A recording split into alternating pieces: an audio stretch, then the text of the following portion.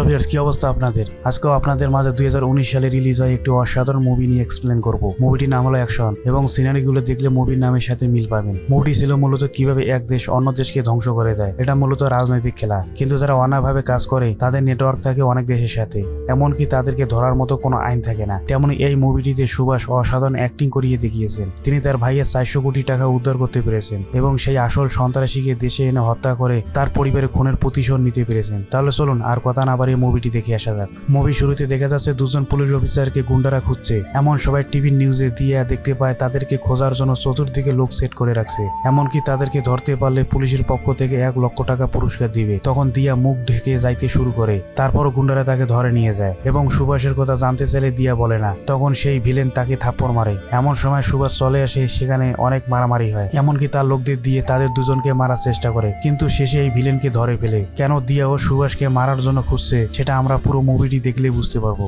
এবার মূল পর্বে যাওয়া যাক। দীনেশের বন্ধু দীপক তার সাথে ব্যবসা করার জন্য তাদের এখানে আসে। দীনেশের বাবা হচ্ছেন একজন চিফ মিনিস্টার, তাই কাগজপত্রগুলো সিগনেচার করে দিলে তার বন্ধু অনেক খুশি হয়। এমন সময় দীনেশকে ফোন করে জানিয়ে দেয় তার ভাইকে সন্ত্রাসীরা গুলি করছে। কিন্তু সুভাষের এটা ছিল পুরোটাই অভিনয়, কারণ তিনি ভাবতেন যে তাকে কতটুকু সবাই ভালোবাসে, আর তিনি ছিলেন কিস লাভার। পরের সিনে পাকিস্তান সরকারকে মালিকের লোকেরা বোম দিয়ে মেরে ফেলে। জানতে পেরে তাহের আসে। তখন মালিককে জিজ্ঞেস করে যে তাকে মারার সাহস কে দিয়েছে, তোমাকে ভারত সরকার খুঁজে মেরে ফেলবে। কিন্তু তাহের সেখানে ডুপ্লিকেট মালিকের সাথে কথা বলে। এমন সময় মালিক তাহেরকে তার ওখানে যাইতে বলে। তাহের তখন পাকিস্তান সরকারের পক্ষ হয়ে মালিককে বলে ভারত সরকার তোমাকে খুঁজে বার করে মারবে। তখন মালিক হুমকি দিয়ে বলে আমি ভারত সরকারকে ভয় করি না। এমনকি ভারত সরকার বারমাজি সবাইকে উদ্দেশ্য করে বলে মালিক হচ্ছে আমাদের বড় শত্রু, তাকে 30 দিনের মধ্যে ভারতে নিয়ে আসবোই। এমন সময় সে দীনেশকে ফোন করে সম্মেলন করতে নিষেধ করে, কিন্তু দীনেশ বলে কোনো সমস্যা নাই। তারপর মীরা কপি নিয়ে সুভাষের কাছে আসে।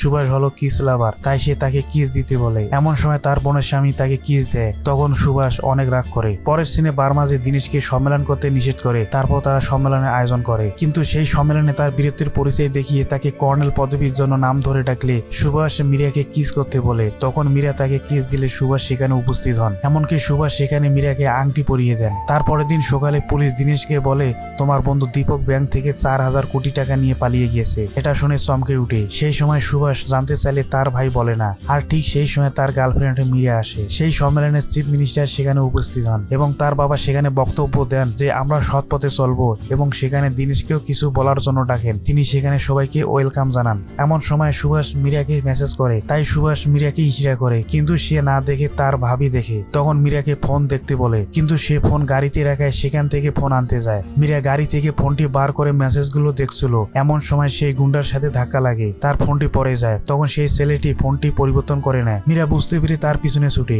ছেলেটি ফোনটি নিয়ে গাড়ির ভিতরে ঢুকে পড়লে তখন তাকে কল দেয় এবং দরজা খুলতে মীরাকে দেখে ফেলে। তখন তার গলায় আঘাত করে। মীরা ছেলেটির হাত থেকে সেখান থেকে কোনো মতে বাঁচতে পারে। এমন সময় সুভাষ সেখানে আসলেও মীরা তাকে বলার মতো কোনো শক্তি পায় না। সুভাষ সেখান থেকে চলে যাওয়ার সময় মীরা তার পিছনে যাইতে থাকে, কিন্তু চিৎকার করে বলতে পারে না। সেই পুলিশ অফিসার তাকে গলায় পা তুলে মেরে ফেলে। এমন সময় দীনেশের বন্ধু দীপক তাকে ফোন করে বলে তুমি ওখান থেকে তাড়াতাড়ি চলে যাও, না হলে তোমাদের সবাইকে শেষ করে দিবে। একথা বলার সাথে সাথে বোম বাস্ট হয়ে অনেকে মারা যায়। কিন্তু মেডিকেলে সুভাষ সেখানে তার গার্লফ্রেন্ড মীরার হাতটি দেখে চিনতে পারে। তাই মীরা মারা যাওয়ার আগে তার হাতে একটি ট্যাটু লেখা ছিল এবং সে অনেক কান্নাকাটি করে। কিন্তু এই বোম বাস্ট হওয়ার ক্ষয়ক্ষতি তাদের উপর পড়ে। তখন জনগণ তাদের উপর অনেক ক্ষেপে যায়, তাদের ব্যানারগুলো পুড়িয়ে ফেলে। এমন সময় পুলিশ অফিসার দীনেশকে বলে এসব ক্ষয়ক্ষতি আপনাদের উপর পড়ছে, টিভি নিউজে দেখো। তখন তারা দেখতে পায় যে দীপকের সাথে দীনেশের ঘনিষ্ঠ সম্পর্ক রয়েছে, তাই ব্যাংক থেকে 400 কোটি টাকা চুরির দায়ে তারা এসব করছে। একথা শুনে দীনেশ সেখান থেকে চলে যায়। এমন সময় তার ভাবি সুভাষকে বলে তোমার ভাই দরজা খুলছে না। তখন সে তাড়াতাড়ি সেখানে দরজা খুলে দেখে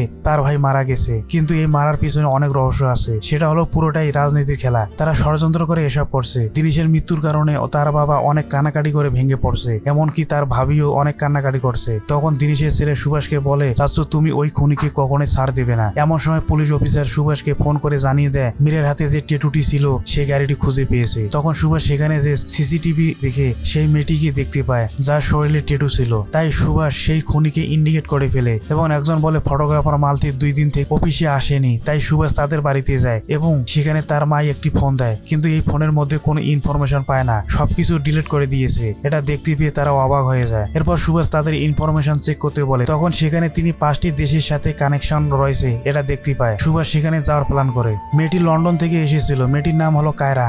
তিনি একজন কুখ্যাত সন্ত্রাসী। তাই সুভাষ লন্ডনের দিকে যাত্রা শুরু করেন। কায়রার অ্যাড্রেস অনুযায়ী ক্লিং বেল চাপলে সেখানে একজন ব্যক্তিকে কায়রার কথা জিজ্ঞেস করে। তখন তিনি বলেন আপনি ইন্ডিয়ান এবং তার সাথে অনেক কথাবার্তা হয়। কিন্তু সুভাষ তার নিজের পরিচয় দিলে ছেলেটি তার ইনফরমেশন দিয়ে দেয়। তখন তিনি বলেন আমি একজন প্রফেশনাল হ্যাকার। সুভাষ মেয়েটির কল অ্যাড্রেস হ্যাক করার জন্য বলে। তখন তিনি তার নাম্বার হ্যাক করার চেষ্টা করেন। এমন সময় কায়রা তাকে ফোন দেয়। তখন সুভাষের সাথে কথা বলে। মেয়েটি বলে তুমি তোমার পরিবারের বদলা নিতে আসছো, এটা হলো আমার এলাকা, মৃত্যুর জন্য প্রস্তুত হয়ে যাও। তখন সুভাষ তার নাম্বারটি দিয়ে দেয় এবং টি শার্ট বিক্রি করবে। সেই লোকেশন অনুযায়ী কায়রার লোকেরা সেখানে চলে এসে ছেলেটিকে অনেক থাপ্পড় মারে। আর এদিকে সুভাষ সেই পার্টিতে যায়। এমন সময় কায়রা তাকে দেখে তার লোকদের ফোন করে জানিয়ে দেয়। কায়রা সেখান থেকে চলে যাওয়ার সময় তার সামনে সুভাষ চলে আসে এবং তাকে গুলি করে মারতে চাইলে সেখান থেকে সে কোনো মতে পালিয়ে যায় এবং তার লোকেরা সেখান থেকে দৌড়ে এসে অনেক মারামারি হয়। এমনকি সুভাষকেও মারার চেষ্টা করে। অনেক চেষ্টার পরে কায়রাকে ধরতে পারে এবং কায়রাকে গলায় দড়ি লাগিয়ে ঝুলিয়ে রাখে। তার কাছ থেকে দীপকের ইনফরমেশন বার করার চেষ্টা করে, কিন্তু সে কোনো মতে বলতে চায় না। তখন সুভাষ বলে শুধু তোমার ফোনটা হলেই যথেষ্ট এবং কায়রা সেখানে মারা যায়। সুভাষের তখন তার বড় ভাই দীনেশ এবং তার গার্লফ্রেন্ড মীরার কথা মনে পড়ে। এরপর সুভাষ ইস্তানবুলের দিকে রওনা হন। সেখানে দিয়ার সাথে দেখা হয় এবং দীপকের ব্যাংকের কথা দিয়াকে বলেন তার ইনফরমেশন নেওয়ার জন্য। তিনি বলেন আমার কোনো আইডিয়া নেই। তারপরের দিন দিয়া সেই ব্যাংকের স্টেটমেন্ট নিয়ে আসে। কিভাবে হ্যাক করতে হবে তারা সেই বিষয় নিয়ে প্ল্যান করে। এরপর তারা তিনজন মিলে সেই প্ল্যান অনুযায়ী কাজ শুরু করে দেয়। প্রথমে সুভাষ ম্যানেজারের সিকিউরিটি রুমে সেই কার্ডটি নিয়ে নেয়। এরপর সেই লোকটি ম্যানেজারের রুমে যে তার সাথে কথা বলে এবং তারা দুজনে ইন্ডিয়ান একথা বলে। এমন সময় সেই অ্যাকাউন্ট নাম্বার দিয়ে অ্যাকাউন্ট চেক করতে বলে এবং পাসওয়ার্ড চালাকি করে নিয়ে নেয়। তখন সুভাষ সেই পাসওয়ার্ড দিয়ে ব্যাংকের সব টাকা ট্রান্সফার করে নিয়ে নেয়। এমন সময় তারা বুঝতে পেরে তাকে খুঁজতে থাকে এবং অনেক চেষ্টার পরে তারা ব্যাংকের সব টাকা ট্রান্সফার করে নিয়ে নেয়। এরপর তাদের নেক্সট প্ল্যান হচ্ছে অ্যালগোনিয়া যেতে হবে, কিন্তু সেখানে পুরো দেশ মাফিয়ার মাধ্যমে চলে। সুভাষ দিয়াকে বললে সেখানে তার কোনো রিলেটিভ নেই, কিন্তু তার বোনের স্বামী বলে আমার গার্লফ্রেন্ড আছে, তার নাম হলো সুপিয়া। একথা শুনে সুভাষ তাকে থাপ্পড় মারে। তারপরের দিন তারা সেই সুপিয়ার কাছে যায়। সুভাষের বোনের স্বামী সুপিয়ার কথা জিজ্ঞেস করলে তার মেয়ে বলে আসতেছে, কিন্তু এদিকে সুভাষ চতুর্দিক দিয়ে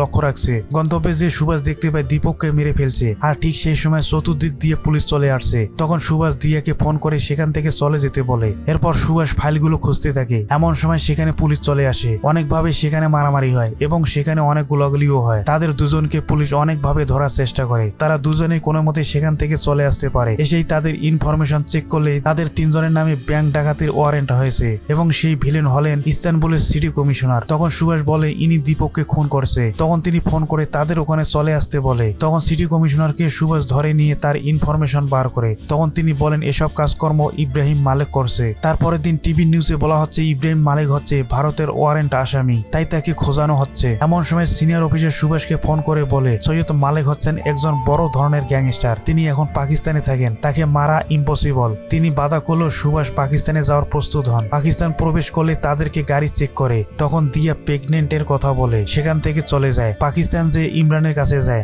কাপড় সেলাই করার জন্য এবং ইমরান 2 দিনের সময় নেয়। তারপরের দিন ইমরান সুভাষকে বলে আপনি মালিককে ইন্ডিয়া নিতে চান, তাকে ধরানো এত সহজ না, আপনি ওর ধারের কাছে যাইতে পারবেন না, সেখানে একজন ডুপ্লিকেট মালিক আছে। তখন সুভাষ তার বাড়ির দূরবীন দিয়ে দেখে এবং ইমরান বলে আর 3 দিন পরে তার মেয়ের বিয়ে। মালিকের বাড়ির ভিতরে প্রবেশ করার জন্য তারা দুজনে মানুষ দেখানোর জন্য গাড়ি ঠিক করে। সেখানে তাহেরকে দেখিয়ে দেয় তিনি একজন মিলিটারির প্রধান। সেখানে এসে মালিককে বলে ভারতের কর্নেল আপনাকে মারার জন্য আসবে। এমন সময় মালিক তাহেরকে তার ছবি দেখিয়ে দেয় এবং তিনি বলেন আমি ভারতকে ভয় পাই না। তখন তাহের বলে আপনি আমাদের মিলিটারিতে শিফট হয়ে থাকতে পারেন। তখন মালিক তাহেরের উপর রাগ করে কথা বলে সেখান থেকে চলে যায়। এরপরে ইমরান সুভাষকে বলে আপনি কেমন করে সেখানে প্রবেশ করবেন। তখন সুভাষ বলে বিয়ের দিনেই সেখানে প্রবেশ করতেই হবে। এ নিয়ে তারা পরিকল্পনা করে। আর ইন্ডিয়ার সিনিয়র অফিসার এবং চিফ মিনিস্টার মালিকের বিষয় নিয়ে অনেক কথা বলে এবং সুভাষের কথা বলে চিফ মিনিস্টার তাকে বিভিন্নভাবে সহযোগিতা করবে একথা বলে। এমনকি তাদের দুজনকে ধরার জন্য পুলিশ তাদের ছবি সবাইকে দেখায়। আর এদিকে সুভাষ তার নতুন ড্রেস ইমরানের মাধ্যমে তৈরি করার ব্যবস্থা করে।